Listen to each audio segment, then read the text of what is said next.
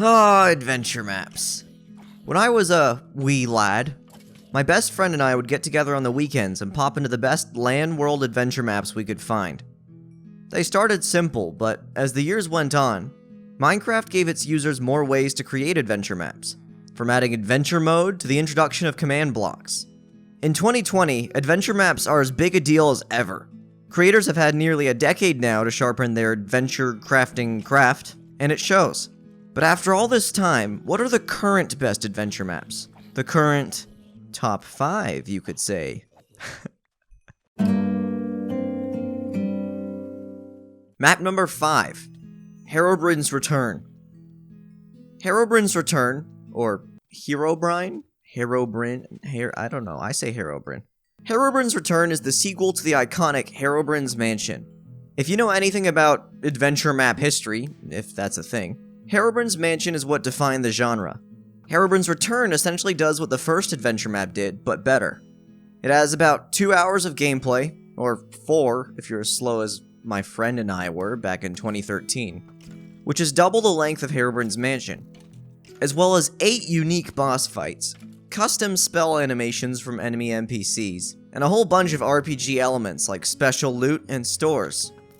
Without my nostalgic feelings for this adventure map, it would be completely outshined by most maps made within the past half-decade. But I felt I had to give a hat tip to our adventure mapping roots, you know? The new maps could only be here because of this one. Map number 4, Minecraft Odyssey. Minecraft Odyssey, similar to the classic epic, sets you up as the glorious hero of a story of good versus evil. Of course, that's probably where the main similarities end.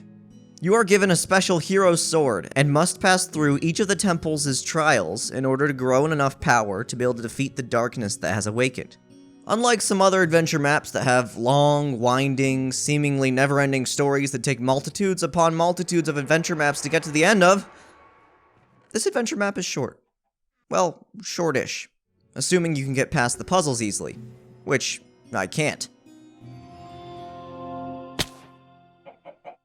It also seriously doesn't hold your hand at all, so you're going to have to use your own smarts to crack this map. Another con is this map is a single-player experience, but it's probably for the better that I didn't have to drag someone along with my own puzzle confusion. Hopefully you can solve these better than I did. Of course, probably one way or another you could make this map work in multiplayer, but just letting you know what it was designed for. That said though, this map is super new and came out about a week ago for Minecraft 1.16.1. So you won't have to load up an old version of Minecraft for this one. Map number 3, Herobrine's Mansion Remastered.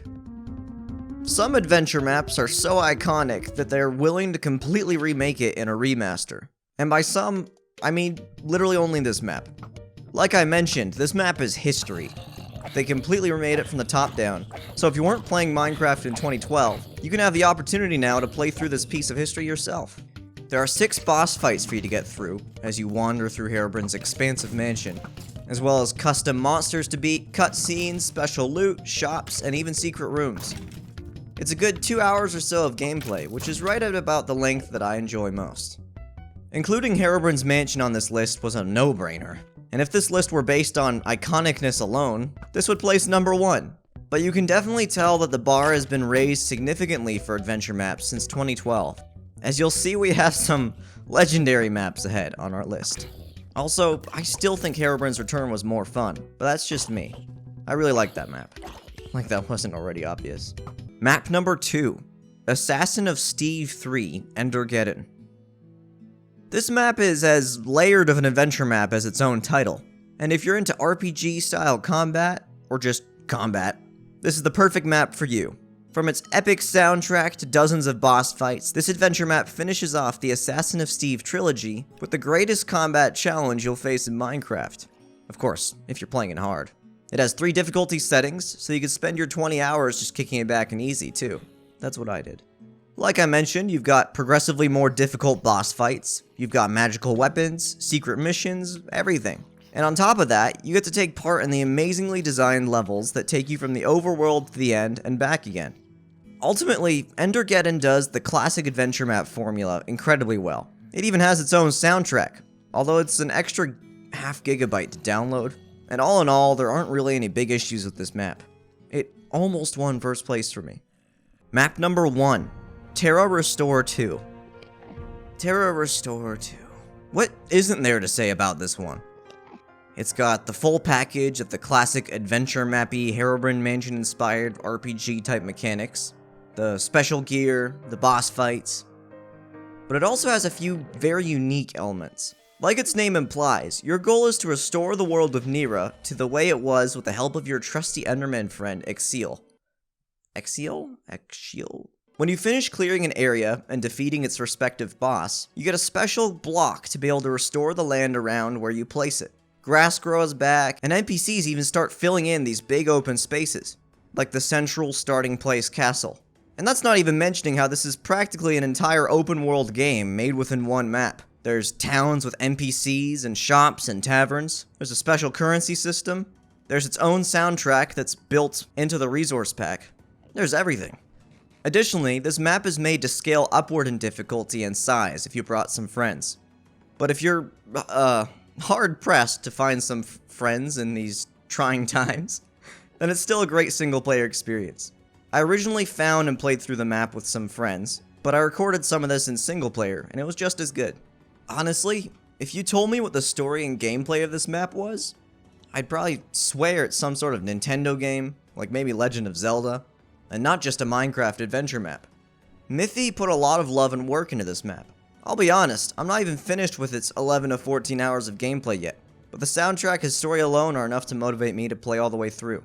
Originally I was going to put this map in second place, since I usually like me some more epic adventure maps that remind me of Herobrine's return, but this one is so unique that it's shaken me out of my nostalgic stupor and slapped some sense into me.